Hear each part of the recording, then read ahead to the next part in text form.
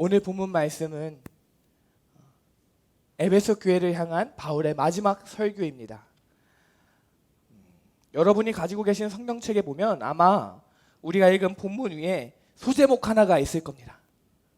뭐라고 쓰여 있나요? 제가 가진 성경책엔 이렇게 쓰여 있어요. 에베소 장로들에게 고별 설교를 하다. 3차 전도 여행을 마치고 예루살렘으로 향하는 이 바울은 예루살렘으로 떠나기 전 밀레도라는 지역에서 에베소 교회 장로들을 청합니다. 그리고 그들을 대상으로 에베소 교회를 향한 마지막 설교를 전해요.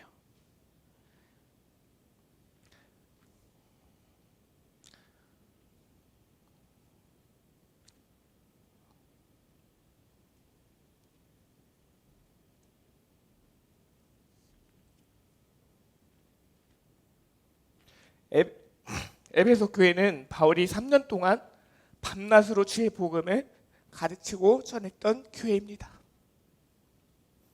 특별히 이 지역에서 바울이 복음을 전하는 데 있어서 많은 어려움을 겪었습니다. 에베소라는 땅은 제우스와 아데미 여신을 섬기는 우상 숭배의 분위기가 팽배했던 지역이에요.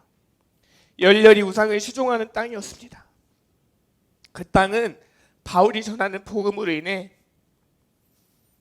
사도행전 19장에 보면 폭동을 일으키고 거세게 저항할 정도로 반대가 심했어요. 또한 그 땅은 강팍한 마음이 가진 사람들이 살아가는 땅이었습니다. 아무리 하나님 나라에 대해 복음을 전해도 듣고 돌이키질 않는 거예요. 사도행전 19장 8절과 9절을 보면 이렇게 기록되어 있죠. 사도행전 19장 8절과 9절입니다. 바울이 회당에 들어가 석 달 동안 담대히 하나님 나라에 관하여 강론하며 권면하되. 사람들의 반응이 어떻습니까? 9절에 보면 어떤 사람들은 마음이 굳어 순종하지 않고 무리 앞에서 이 도를 비방하거늘. 에베소 땅에서 바울이 정말 열심으로 복음을 전했어요. 이렇게 하면 그들이 복음을 받아들일까? 저렇게 하면 그들이 복음을 받아들일까? 정말 밤낮으로 고민하고 연구하며 석 달이나 복음을 전했는데 그럼에도 불구하고 복음을 받아들이지 않는 사람들이 있는 거예요. 왜냐하면 듣는 이들의 마음이 너무나 강팍했기 때문에, 듣는 이들의 마음이 너무나 딱딱하게 굳어 있어서 복음이 들어갈 틈이 없는 겁니다. 복음을 전하면 전할수록 복음을 듣고 돌아오는 게 아니라 오히려 반대로 9절 말씀처럼 19장 9절 말씀처럼 복음을 듣고 복음을 비방하기까지 하는 거예요. 에베소가 이런 땅이었습니다. 우상을 섬기는 땅, 강팍한 마음을 가진 땅, 십자가의 도를 비방하며 거슬러 행하는 땅이었습니다. 이런 땅에서 바울이 3년이라는 시간 동안 열심히 복음을 전해요. 생명의 위협과 바울의 말을 거스르는 많은 이들의 도전 속에서 바울은 두려워하지 않고 밤낮으로 복음을 전합니다. 그리고 이런 땅에서 복음을 전하는 데 있어서 바울에게 가장 큰 후원자와 지지자가 되어줬던 이들이 바로 에베소 교회의 교인들이었습니다. 복음을 전하며 고난당할 때 함께 고난당하며 자리를 지켰던 이들이 에베소 교인들이었고, 복음으로 인해 사람들의 비방을 받을 때도 교인들은 바울의 곁에서 함께 비방받으며 자리를 지켜줬고요. 바울이 눈물을 흘릴 때면 함께 울어주던 이들이 바로 에베소 교인들이었습니다. 특별히 바울이 에베소에서 믿는 자들을 따로 세우죠. 그리고 그들에게만 복음을 전하며 두란노라는 서원에서 2년 동안 말씀을 강론하며 제자 세우는 일에 힘쓰기도 했는데, 그렇게 세워진 제자들은요, 바울과 함께 동거동락하며 바울의 사역에 가장 큰 힘이 되어줬습니다. 그리고 이제 20장으로 넘어와 오늘 본문에 이르면 바울은 3년이라는 시간 동안 함께했던 에베소에 있는 제자들과 교인들에게 작별 설교를 하고 있는 것입니다. 바울은 이때 에베소 교인들을 떠나 예루살렘에 들어가게 되면 결박과 환란이 바울을 기다리고 있다는 것을 알았어요. 왜냐하면 성령께서 이미 바울에게 앞으로 닥칠 일들에 대해서 말씀하셨기 때문입니다. 우리 사도행전 20장 22절에서 24절 함께 읽어보겠습니다. 시작. 보라, 이제 나는 성령에 매여 예루살렘으로 가는데 거기서 무슨 일을 당할는지 알지 못하노라. 오직 성령이 각 성에서 내게 증언하여 결박과 환난이 나를 기다린다 하시나 내가 달려갈 길과 주 예수께 받은 사명 곧 하나님의 은혜의 복음을 증언하는 일을 마치려 하면은 나의 생명조차 귀한 것으로 여기지 아니하노라. 아멘. 성령께서는 바울에게 장래에 있을 결박과 환난에 대해서 이미 예고하셨고요. 바울은 성령의 그런 음성을 따라 이미 순교까지도 각오하고 있었습니다. 그리고 실제로 3차 전도 여행을 마친 바울은 이제 예루살렘으로 들어가서 그 길로 체포되게 되고요. 로마로 압송되어서 그곳에서 복음을 전하다 순교하게 되죠. 바울은 이제 교인들을 떠나 예루살렘에 들어가게 되면 에베소에 돌아오지 못할 것이라는 것을 짐작하고 있었어요. 그리고 오늘 본문을 보면 이제 바울은 밀레도를 떠나 예루살렘에 입성하기 전 마지막으로 에베소 교인들의 얼굴을 볼 수 있는 기회를 청합니다. 그리고 바울은 그들을 불러다가 마지막 설교를 전합니다. 오늘 우리가 읽은 본문은 그 설교의 일부분이에요. 우리 다시 한번 이 본문을 같이 읽어보면 좋을 것 같아요. 17절에서 24절까지 시작. 바울이 밀레도에서 사람을 에베소로 보내어 교회 장로들을 청하니 오매 그들에게 말하되 아시아에 들어온 첫날부터 지금까지 내가 항상 여러분 가운데서 어떻게 행하였는지를 여러분도 아는 바니 곧 모든 겸손과 눈물이며 유대인의 관계로 말미암아 당한 시험을 참고 주를 섬긴 것과 유익한 것은 무엇이든지 공중 앞에서나 각 집에서나 거리낌이 없이 여러분에게 전하여 가르치고 유대인과 헬라인들에게 하나님께 대한 회개와 우리 주 예수 그리스도께 대한 믿음을 증언한 것이라. 보라, 이제 나는 성령에 매여 예루살렘에 가는데 거기서 무슨 일을 당할는지 알지 못하노라. 오직 성령이 각 성에서 내게 증언하여 결박과 환난이 나를 기다린다 하시나 내가 달려갈 길과 주 예수께 받은 사명 곧 하나님의 은혜의 복음을 증언하는 일을 마치려 하면은 나의 생명조차 조금도 귀한 것으로 여기지 아니하노라. 한 달 전에 제가 이 본문을 읽어 나가는데 마음속에 깊은 여운이 있었습니다. 왜냐하면 저 역시 사랑하는 총학교에서의 떠남이 가까워지고 있었기 때문입니다. 사랑하는 성도들과 이별하는 바울의 마음이 너무 잘 이해가 되고 사랑하는 성도들을 두고 떠나는 바울의 마음과 발걸음이 얼마나 복잡하고 무거웠을지 너무나 잘 와닿았습니다. 아시다시피 저는 이 교회에서 나고 자란 사람입니다. 태어나서 한 번도 이 교회를 떠나본 적이 없어요. 저는 이곳에서 나고 자랐고 이 교회의 주일학교에서 말씀을 배웠고 이 교회에서 신앙생활 하시는 어른들의 신앙을 보고 배우며 성장했고 이곳에서 하나님을 만나서 이곳에 있는 믿는 자들과 먹고 나누며 교제하고 지냈습니다. 이 시간이 정말 제게는 정말 행복했던 시간입니다. 바울에게 에베소는 여러 사역지 중에서도 3년이라는 가장 오랜 시간을 보낸 사역지 중에 하나였습니다. 무엇보다 성도들과 가장 깊은 교감이 있었던 것 중에 하나였어요. 저에게도 청학교회가 그렇습니다. 죄송합니다. 저에게도 청학교회가 그렇습니다. 27년 동안 한 번도 청학교회를 떠난 적이 없고 아주 오랜 시간을 이곳에서 보냈기 때문에 이곳에 저의 모든 인생이 담겨 있다고 해도 과언이 아니고 제 모든 육체적, 정신적, 정서적 친밀함이 있는 곳이 여기 청학교회에 있습니다. 지난 몇 달 동안 이런 교회를 떠나야 한다는 사실로 인해서 가슴이 너무 아팠습니다. 특별히 지난달 이 본문을 읽고 나서는 한 달 내내 이 본문이 머릿속을 맴돌았습니다. 떠나는 바울의 심정과 마음이 꼭 제 마음과 같이 느껴졌기 때문입니다. 그러나 하나님께 감사한 것은 이런 상황 가운데 위로와 소망의 하나님이 제 마음 가운데 찾아와 주셨습니다. 한주야, 무엇이 너의 마음을 그토록 무겁게 하니? 하나님, 제가 너무 사랑하는 이 교회를 떠나는 게 제게 쉽지가 않습니다. 그때 하나님께서 말씀해 주셨어요. 안주야, 네가 이 교회를 떠나는 것이 이 교회의 축복이다. 하나님께서는 제가 이 교회를 떠나는 것이 슬퍼할 일이 아니라 오히려 기뻐하고 복된 일이라, 기뻐해야 할 일이고 참 복된 일이라는 사실을 깨닫게 해주셨어요. 왜일까요? 왜 제가 떠나는 것이 슬퍼하고 걱정할 일이 아니라 오히려 기뻐하고 복된 일일까요? 하나님께서 제게 그 이유를 깨닫게 해주셨어요. 저의 떠남이 교회와 제게 복된 일인 이유는 제가 떠남으로써 청학교회의 선교지가 확장될 것이기 때문입니다. 여러분, 저는 청학교회가 파송하는 선교사입니다. 여러분들이 지난 27년간 저를 기도로서, 사랑으로서, 그리고 물질로서 후원해 주시고 주님 안에서 잘 성장시켜 주셨어요. 저는 이 공동체 안에서 잘 성장하여 하나님을 만났고 예수 그리스도의 복음을 마음속에 품게 되었습니다. 지난 27년간 여러분의 한결같은 믿음과 사랑의 섬김은 오늘 여기 서 있는 한 사람의 선교사를 길러내셨습니다. 그리고 이제는 그 선교사가 주님 안에서 잘 훈련받고 이제는 세상으로 나갈 차례인 것입니다.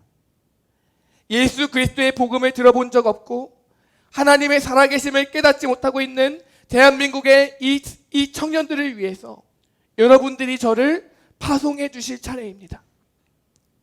하나님께서 제게 깨닫게 해주신 한 가지 사실은 제가 청학교회를 떠나는 것이 이별이나 떠남이 아니라 새로운 시작이라는 사실입니다. 바로 청학교회의 선교지가 확장되는 순간인 것입니다. 청학교회 안에 이루어진 하나님의 나라가 이제는 저 멀리 군 부대까지도 확장되어지는 순간인 것입니다. 여러분, 제가 이곳을 떠나지만 저의 소속은 청학교회입니다. 그리고 저는 청학교회 소속 목사로서 주님께서 맡기신 복음을 품고 세상에 나아가 주님의 복음을 전할 것입니다. 이제는 청학교회 선교지가 핫겔이나 홍성 땅에만 머물러 있는 것이 아니라 저 멀리 군부대 오지까지도 이르게 된 것입니다. 그러므로 여러분, 우리가 기뻐해야 합니다. 주님의 복음이 퍼져나간다는 사실로 인해 우리가 기뻐해야 합니다. 제가 이 교회를 떠나는 것은 청학교회에서 한 사람이 이탈하거나 감소하는 것이 아니라 오히려 반대로 하나님의 나라에 더 많은 영혼들을 얻게 되는 축복이요 확장인 것입니다. 여러분, 사도 바울이 에베소 교회를 떠남으로 말미암아 로마와 전 세계로 복음이 퍼져나갔습니다. 여러분, 제가 군부대에 들어가는 이 일도, 제가 여러분을 떠나 군부대에 들어가는 이 일도 하나님께서 대한민국에 복음이 퍼져나가는 축복의 계기로 사용하실 줄 믿습니다.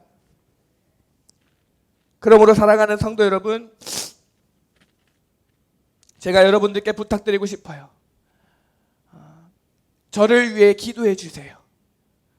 주님께서 새롭게 맡기신 군사역지에서 우리가 그렇게 사랑하고 우리가 너무나 자랑스러운 그 예수 그리스도의 이름을 담대하게 전하고 많은 영혼을 구원하는 생명의 복음을 전할 수 있도록 여러분 기도해 주십시오. 여러분들이 후방에서, 이 핫겔이 후방에서 기도로 지원해 주시면 제가 전방에서 복음 들고 싸우겠습니다. 여러분 기도해 주십시오. 여러분, 제가 한 가지 드리고 싶은 약속이 있어요. 그것은 바울의 고백과 같습니다. 바로 24절의 고백입니다. 제가 23절부터 보겠습니다. 오직 성령이 각성해서 내게 증언하여 결박과 환난이 나를 기다린다 하시나 내가 달려갈 길과 주 예수께 받은 사명 곧 하나님의 은혜의 복음을 증언하는 일을 마치려 하면은 나의 생명조차 조금도 귀한 것으로 여기지 아니하노라. 여러분, 오늘 제가 마지막 설교에서 사랑하는 청학교회 성도님들께 드리고 싶은 약속은 우리가 너무도 사랑하는 하나님의 복음을 위해서 제 생명도 아끼지 않겠다는 것입니다. 정말 마음과 뜻과 힘과 생명을 다해 우리가 그토록 사랑하는 그 하나님의 이름이 높임받고 그분의 복음이 땅끝까지 전해질 수 있도록 저의 모든 것을 드려 헌신하겠습니다. 바울의 고백처럼 내가 달려갈 길과 주 예수께 받은 사명 곧 하나님의 은혜의 복음을 증언하는 일을 마치기까지 제 생명 들여서 주님께 충성하겠습니다. 여러분, 제가 여러분들에게 결코 부끄러운 목사가 되지 않을 것입니다. 여러분 기도해 주세요. 여러분들이 파송하는 여기 있는 이 어린아이 같은 김한주 목사가 주님의 이름을 높이고 생명의 복음 전하는 일의 사명을 잘 감당하고 주어진 길을 끝까지 완주할 수 있도록 여러분 기도해 주시길 부탁드리겠습니다. 여러분, 이처럼 주님께서 저의 생각을 바꿔주시는데 저의 떠남은 슬프거나 안타까운 일이 아니라 오히려 주님 안에서 복된 일이고 영광스러운 일이더라고요. 성령께서 제가 겪고 있는 일에 대한 관점을 바꿔주시고 해석을 바꿔주시니까 슬픔이 기쁨이 되고 고난이 축복이 되더라고요. 여러분, 이 시간에 존귀하신 성령님께서 여러분 한 사람 한 사람의 생각과 마음을 터치해 주시기를 축복합니다. 혹시 이곳에 삶 속에서 겪고 있는 삶의 다양한 문제로 근심하고 염려하며 괴로워하고 있는 분이 계시다면 이 시간 주님 안에서 관점이 바뀌고 해석이 바뀌기를 축복합니다. 자녀의 문제로, 인간관계의 문제로, 재정의 문제로, 사업의 문제로, 건강의 문제로 걱정하고 근심하고 있는 성도님들이 계시다면 이 시간 성령님께서 터치해 주셔서 문제에 대한 관점이 바뀌고 생각이 바뀌고 해석이 바뀌기를 축복합니다. 특별히 코로나로 인해서 여러분의 마음이 참 두렵고 떨리고 어려우실 수 있습니다. 며칠 전에 홍성에서 하루에 1000명이 넘는 확진자가 나오더라고요. 언제 닥칠지 모르는 이 위기 속에 많은 분들이 두려우실 수 있습니다. 여러분, 저도 코로나 때문에 격리하는 시간을 가졌었습니다. 처음에는 화가 나더라고요. 내가 지금 감당해야 할 사역이 얼마나 많은데, 군대 가기 전에 정리해야 할 일들이 얼마나 많은데, 안 그래도 이 사회에서 남은 시간이 별로 없는데 이 아까운 시간을 방 안에 처박혀서 아무것도 못하고 있자니 너무 화가 나고 힘들더라고요. 근데 하나님께서 제 생각과 마음을 만지시고 제가 처한 상황에 대한 관점과 해석을 바꾸시는데 격리되어 있는 이 시간이 얼마나 축복된 시간인지 모르겠는 거예요. 제가 격리되어 있으니까 만날 사람이 없잖아요. 가족도 못 만나잖아요. 가족도 떨어져 있었거든요. 그리고 해야 할 일들이 많아도요, 제가 꼼짝없이 그 시간에 묶여 있어야 되잖아요. 그러니까 할 수가 없는 거예요, 그 일들을. 마치 하나님이 이렇게 말씀하시는 것 같더라고요. 한주야, 너 그동안 사람 만나느라 사역하느라 바빠서 온전히 나를 독대할 시간 없었지. 격리되어 있는 동안 꼼짝 말고 오직 내게만 집중해라. 성령께서 생각을 바꾸시고 마음을 만드시고 처한 상황에 대한 관점과 해석을 바꾸시는데 이 짜증나던 격리 기간이 정말 감사의 시간인 거예요. 왜 이런 일이 나에게 일어났을까? 불평하고 원망하던 고난이 축복의 시간이 되는 것입니다. 제가 격리되어 있는 동안에 정말 모처럼 말씀에 푹 잠겨서 생활했습니다. 말씀을 실컷 읽었어요. 그러니 영적으로 힘이 생기더라고요. 육체적으로도 아주 잘 쉬었어요. 제가 가둬놓지 않으면 이것저것 하게 되니까 어쩔 수 없이 하게 되는 일들이 있잖아요. 그러니까 하나님 아예 가둬놓고 쉴 시간을 주시더라고요. 처음에는 격리 기간이 정말 힘든 시간이라고만 생각됐는데 성령께서 생각과 마음을 만지시고 관점과 해석을 바꾸시니까 똑같은 격리 기간이 제 인생에 정말 복된 시간이 되었습니다. 사랑하는 성도 여러분, 여러분이 근심하고 고민하는 삶의 문제가 있을 겁니다. 저는 그것이 뭔지 모르지만 이 시간 능력의 하나님께서 그 문제에 대한 여러분의 생각과 마음을 고쳐주시길 축복합니다. 그래서 여러분이 처한 상황에 대한 관점이 바뀌고 해석이 변해서 불평이 감사가 되고 위기가 기회가 되고 고난이 축복되는 삶의 역전이 일어나기를 축복합니다. 여러분, 코로나든 무엇이든요, 두려워하지 마시고 하나님이 이 시간을 통해 내게 복된 일을 행하시려는구나, 내게 기도의 시간을 주시는구나, 나로 교만하지 않고 겸손하게 하시는구나, 나로 하나님을 더욱 의지하게 하시는구나, 이 시간을 통해 더욱 예수님의 성품으로 빚어가시는구나 믿고 고백하게 되는 복된 변화가 지금 여러분의 삶 속에 풀어지기를 축복합니다. 이처럼 여러분, 우리의 이별도요, 관점 바꾸고 해석을 바꾸면요, 슬픈 일이 아니라 기쁜 일입니다. 선교지의 확장입니다. 여러분, 한 영혼을 더 얻게 되는 것입니다. 다시 본문으로 돌아와서 에베소 교회의 작별을 구하는 바울이 이와 같이 말하는 것을 볼 수 있습니다. 31절에서 32절입니다. 사도행전 20장 31절에서 32절 우리 다 같이 읽어보겠습니다. 사도행전 20장 31절에서 32절 시작. 그러므로 여러분이 일깨어 내가 3년이나 밤낮 쉬지 않고 눈물로 각 사람을 훈계하던 것을 기억하라. 지금 내가 여러분을 주와 및 그 은혜의 말씀에 부탁하노니 그 말씀이 여러분을 능히 든든히 세우사 거룩하게 하심을 입은 모든 자 가운데 기업이 있게 하시리라. 아멘. 32절에 바울은 말합니다. 지금 내가 여러분을 주와 및 그 은혜의 말씀에 부탁하노니. 바울은 에베소 교회 성도들을 떠나기 전 주님과 주님의 말씀에 그들을 의탁하고 떠나는 것을 볼 수 있습니다. 여러분, 에베소 교인들을 두고 떠나는 바울의 마음이 어떻게 편할 수가 있겠어요? 앞서 말씀드린 것처럼 복음을 거슬러 말하고 또 믿는 자들에 대한 거센 저항으로 인해 폭동까지 일어나는 동네가 에베소인데, 그런 곳에 성도들만 남겨두고 떠난다는 게 여러분 바울로서 어찌 쉬울 수 있었겠습니까? 그럼에도 불구하고 바울이 담대하게 그들을 떠날 수 있었던 이유가 바로 주님이에요. 주님이 여전히 그 교회와 함께 하셔서 그들을 돌보시고 인도하실 것을 믿기 때문입니다. 주님과 주님의 말씀이 에베소 교인들을 붙드실 것을 믿기 때문입니다. 바울에게는 철저히 믿고 맡길 수 있는 대상이 있었어요. 여러분, 믿고 맡길 수 있는 대상이 있다면 떠남이 두렵지 않습니다. 여러분의 어린 자녀를 누군가에게 맡겨두고 멀리 다녀와야 할 때 내 아이를 맡아주는 사람이 믿을 수 없는 대상이라면 아이를 두고 가는 그 길은 정말 가시밭길이겠죠. 그러나 내가 믿을 수 있는 대상이라면 다르죠. 나보다 내 아이를 더 잘 알고 나보다 내 아이를 더 사랑해 줄 수 있는 사람이 내 아이를 맡아준다면 아이를 두고 먼 길을 떠나야 하는 사람의 마음이 참 편할 것입니다.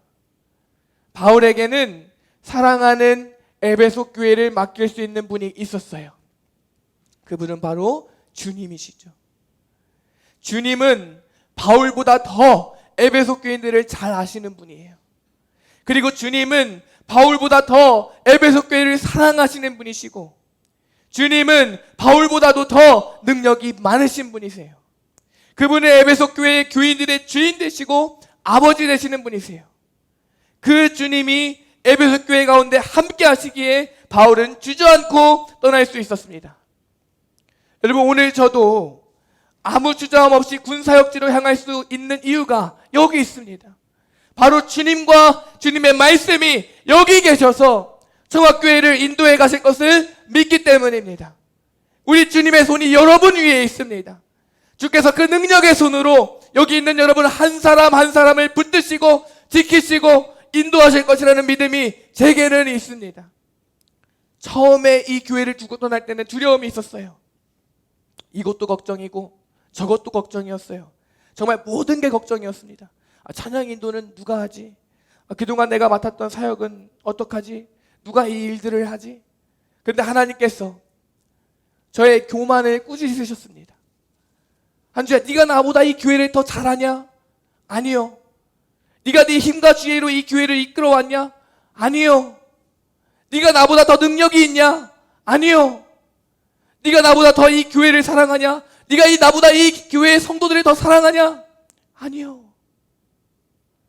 저보다 더 이 교회를 잘하시고 지금까지 이 교회를 책임지고 인도해 오셨고 지금까지 이곳 가운데 놀라운 지혜와 능력으로 살아 역사해 오셨고 저와 비교할 수 없을 만큼 이 교회와 여러분들을 사랑하는 분이 계신데 제가 주제넘게 고민하고 걱정하고 있었더라고요.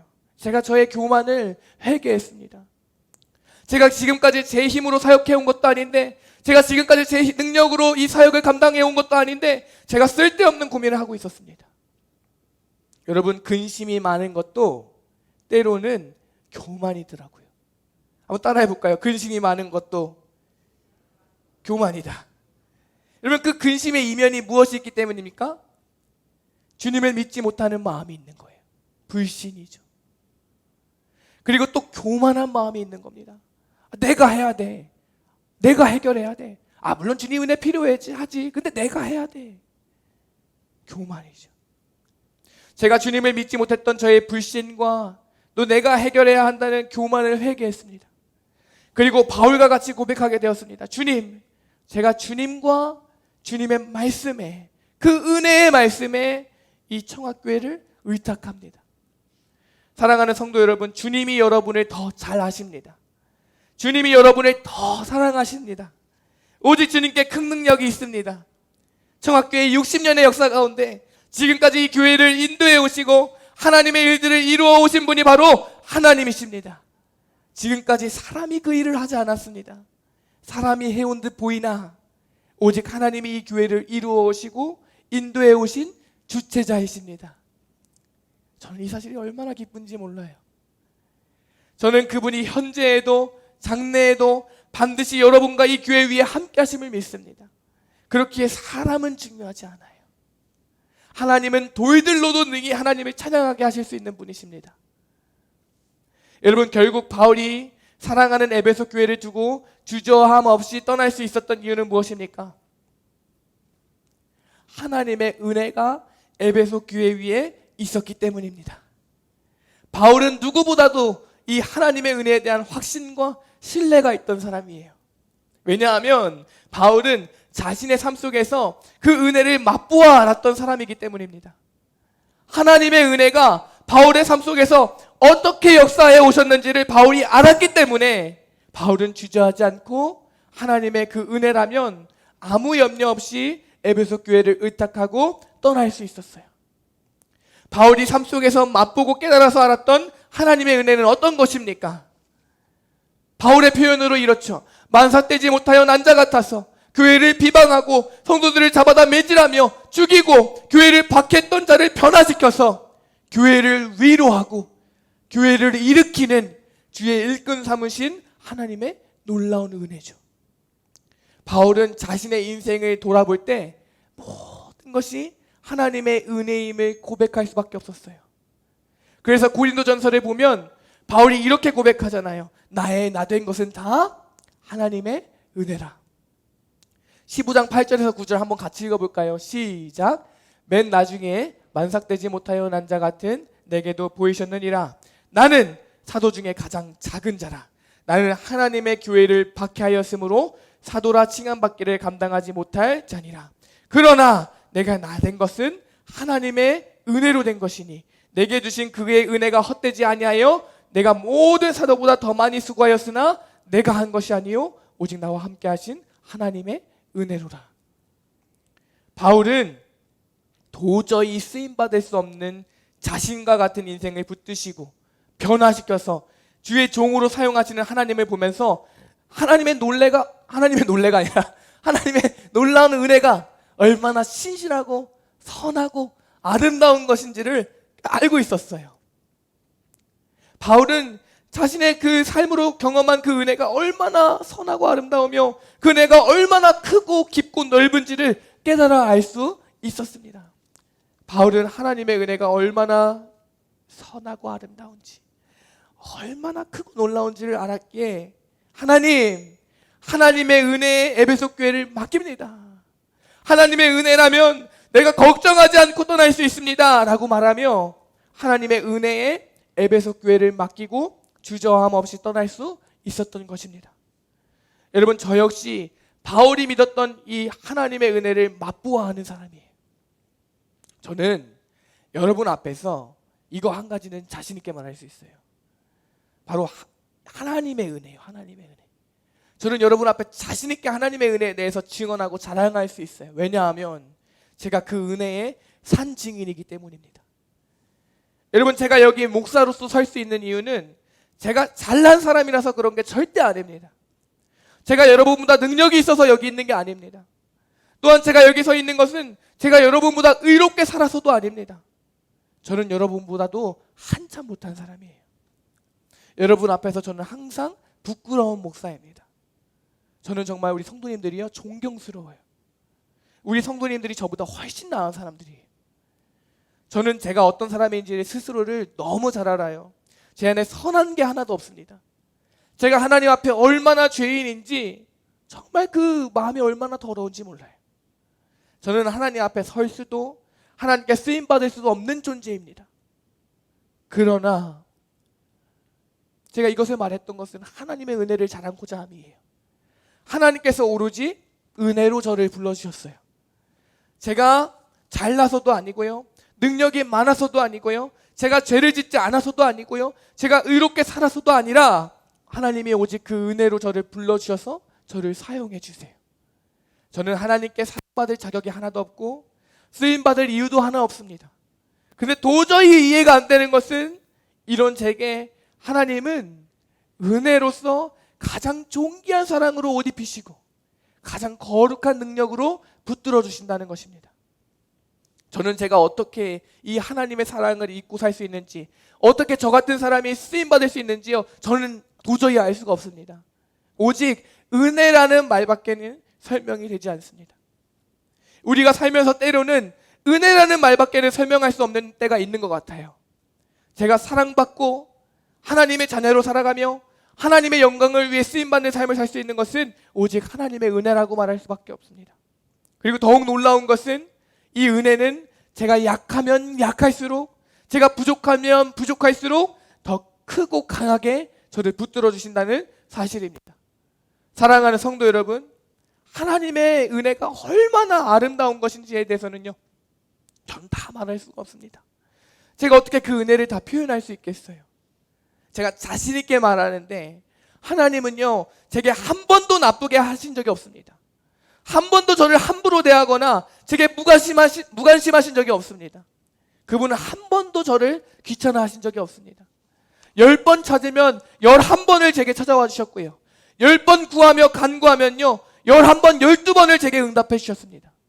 이처럼 하나님은요 항상 제게 은혜로 대하셨어요. 하나님은 제가 어디 가서도 받을 수 없는 그 존귀한 사랑으로 저를 사랑해 주셨고, 제가 어디서도 받을 수 없는 그 최고의 지지로 저를 지지해 주셨어요. 육신의 아버지가 아파서 의지할 아버지가 없을 때 하나님은 제게 의지할 수 있는 아버지가 되어 주셨고, 제가 필요로 하는 것마다 공급해 주셨고, 어떨 때는 제가 구하지 않고 생각만 했는데도 그 생각까지도 응답해 주시고 채워주셨습니다. 그분은 항상 제게 친절하셨고 선하게 말씀해 주셨고, 하나님은 제가 그 얼굴을 구하는 그 때마다 장소마다 항상 변함없이 그 자리에 임재해 주셨고, 하나님의 살아계심을 느끼고 경험할 수 있게 해주셨습니다. 여러분, 저는 제 하나님이 얼마나 은혜로우신 분인지 너무 잘 알아요. 그리고 그 은혜로우신 하나님이요 바로 이 청학교에 여러분을 붙들고 계심을 믿습니다. 그렇기에 저는 염려하지 않습니다. 여러분, 이 교회를 염려하지 마십시오. 하나님의 은혜는 우리가 약하면 약할수록 더 크고 강하게 붙들어 주십니다. 여러분, 이 교회 위에 하나님의 은혜가 머물러 있음을 믿으시기 바랍니다. 또한 여러분, 하나님의 은혜가 여러분의 삶 위에 머물러 있음을 믿으시기 바랍니다. 하나님의 이 은혜가 여러분의 가정과 일터 위에 있음을 믿으시기 바랍니다. 우리는 약하면 약할수록 더 강하게 우리를 붙들어 주시는 그 하나님을 의지해야 될 줄 믿습니다. 여러분, 우리가 깨달아야 할 게 있어요. 동시에 하나님의 은혜의 크심에 대해서 깨달음과 동시에 우리가 깨달아야 할 것은, 우리는 반드시 하나님의 은혜를 구하는 은혜의 간구자가 되어야 한다는 사실입니다. 우리는 하나님의 은혜가 없이는 살 수 없는 존재임을 하나님 앞에서 시인하고 고백하셔야 돼요. 나는 하나님의 은혜가 아니면 살 수 없습니다. 한순간도 하나님의 보좌로부터 부어지는 은혜가 없이는 살 수 없습니다. 매일같이 허락되는 은혜가 없이는 내가 이겨낼 수 없습니다. 이 고백이 여러분에게 있어야 합니다. 그리고 이 은혜를 구하는 보좌 앞에 여러분들이 나아가셔야 돼요. 우리 많이 읽어서 알고 있는 말씀이 있죠. 히브리서 4장 16절. 우리 한번 같이 읽어볼까요? 시작. 때를 따라 돕는 은혜를 얻기 위하여 은혜의 보좌 앞에 담대히 나아갈 것이니라. 우리 한 번만 더 읽어볼까요? 그러므로 우리는 긍휼하심을 받고 때를 따라 돕는 은혜를 얻기 위하여 은혜의 보좌 앞에 담대히 나아갈 것이니라. 아멘. 여러분, 하나님의 은혜를 사모하십시오. 위로부터 하나님의 은혜가 내 삶과 내 가정과 내 일터와 내 삶의 모든 영역에 덮여지기를 간구하십시오. 여러분, 우리가 그 은혜 없이는 살 수 없기 때문이에요. 그리고 그 은혜를 구하는 보좌 앞에 매일 나아가시기 바랍니다. 사도행전 20장 32절에 바울은 에베소 교인들을 위해 친히 은혜를 구하며 은혜의 보좌 앞으로 나아가는 것을 볼 수 있습니다. 20장 32절에 지금 내가 여러분을 주와 그 은혜의 말씀에 부탁하노니, 지금 내가 여러분을 주와 및 그 은혜의 말씀에 부탁하노니, 바울이 에베소 교인들을 위해 하나님 앞에 친히 은혜를 구합니다. 바울이 사랑하는 자들을 위해 친히 은혜의 보좌 앞에 나아가 은혜를 구하는 것을 볼 수 있어요. 여러분, 놀라운 것은 우리가 주님의 보좌 앞에 나아가 그 은혜를 구할 때 32절 끝에 나오는 말씀처럼 하나님의 은혜의 말씀은 우리를 든든히 세우시고 우리 모두로 하여금 기업을 얻게 하시는 줄 믿습니다. 우리 32절 읽어보겠습니다. 시작. 지금 내가 여러분을 주와 및 그 은혜의 말씀에 부탁하노니 그 말씀이 여러분을 능히 든든히 세우사 거룩하게 하심을 입은 모든 자 가운데 기업이 있게 하시리라. 아멘. 여러분, 여기서 기업은 하나님의 나라를 의미합니다. 하나님의 나라가 우리 안에 이루어지게 되는 거예요. 우리가 하나님 앞에 은혜를 구하며 나아갈 때 하나님의 은혜의 말씀은 우리를 어떤 상황에서도 든든히 붙드시고 우리로 하여금 모든 상황 속에서 기업, 곧 천국을 이루게 하시는 줄 믿습니다. 내 삶에 어떤 역경과 고난이 닥쳐도 하나님의 입술에서 은혜의 말씀이 선포되기만 하면 우리는 든든히 세움받고 내 삶의 천국이 이루어지게 됨을 믿으시기 바랍니다. 사람들이 안 된다고, 그리고 세상 속에서 거짓 풍랑이 불어와도 하나님의 은혜를 선포하시기만 하면 우리가 든든히 세움받고 어떤 상황에서도 천국을 누리게 되는 줄 믿습니다. 우리 모두가 하나님께 은혜를 구하는 은혜의 강구자가 되어서 오직 하나님의 은혜에 붙들려 삶 속에서 천국을 살아가게 되기를 축복합니다. 내 삶에, 내 가정에, 내 교회에 하나님의 은혜를 강구하는 은혜의 강구자들 되시길 축복합니다. 이 한 구절을 읽고 마치려고 합니다. 저는 이 고백을 정말 좋아해요. 누가복음 18장 38절입니다. 우리 같이 읽어볼까요? 시작. 맹인이 외쳐 이르되 다윗의 자손 예수여 나를 불쌍히 여기소서 하거늘. 아멘. 다윗의 자손 예수여 나를 불쌍히 여기소서. 오늘 이 고백이 우리의 고백이 되기를 축복합니다. 여러분, 심령이 가난하게 되는 축복이 있기를 축복합니다. 여러분, 요즘 하나님에 대한 사모함이 없어요. 이 세대에는 하나님에 대한 간절함이 없습니다. 하나님의 은혜가 내 삶에 없어도 된다고 말하는 사람들이 너무나 많아요. 그러나 여러분, 우리 청학교회만큼은 심령이 가난한 자들 되시길 바랍니다. 주여 이 교회를 불쌍히 여겨주소서. 주여 우리 가정을 불쌍히 여겨주소서. 주여 나를 불쌍히 여겨주소서. 여러분, 지금까지 우리 찬양하겠습니다. 지금까지 우리가 오직 은혜로 살아왔고 오직 은혜로만 살 수 있음을 고백하는 우리 여러분들 되시기를 바랍니다. 우리 찬양하시겠습니다. 하나님의 은혜.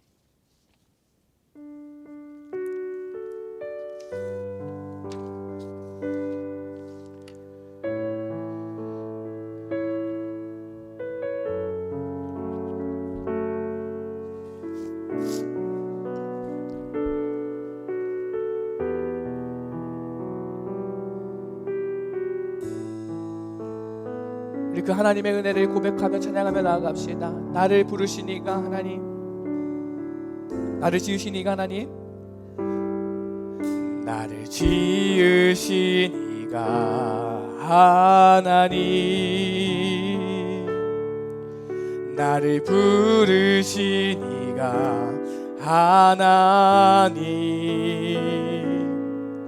나를 보내시니도 하나님, 나의 나 된 것은 다 하나님 은혜라. 나의 달려갈 길 다가도록 나의 마지막 호흡 다하도록 나로 그 십자가 품게 하시니 나의 나 된 것은 다 하나님 은혜라. 한량없는 은혜, 갚을 길 없는 은혜,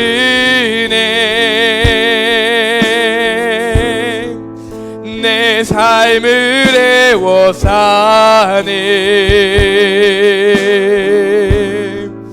하나님의 은혜,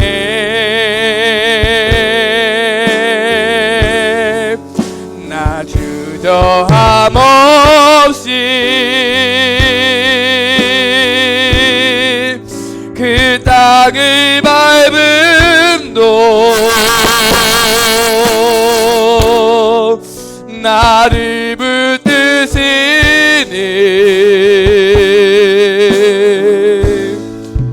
하나님의 우리 다시 한번 이 찬양을 고백하며 나아갑시다. 나를 지으시니가, 나를 지으시니가 하나님, 나를 부르시니가 하나님, 나를 보내시니도 하나님, 나의 나 된 것은 다 하나님 은혜라. 나의 달려갈 길 다가도록, 나의 마지막 거울 다하도록, 나로 그 십자가 품게 하시니 나의 나 된 것은 다 하나님 은혜라. 한량없는 은혜, 갚을 길 없는 은혜, 내 삶을 애워 사네. 하나님의 은혜,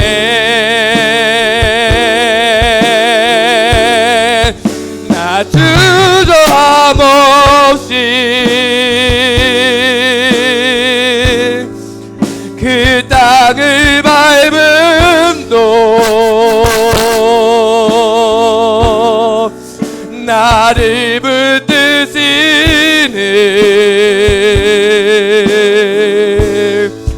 하나님의 한량없는 은혜, 한량없는 은혜, 갚을 길 없는 은혜, 내 삶을 애워 사는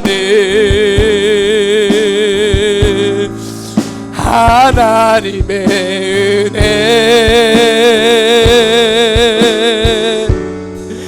나 주저함 없이 그 땅을 밟음도 나를 붙드시는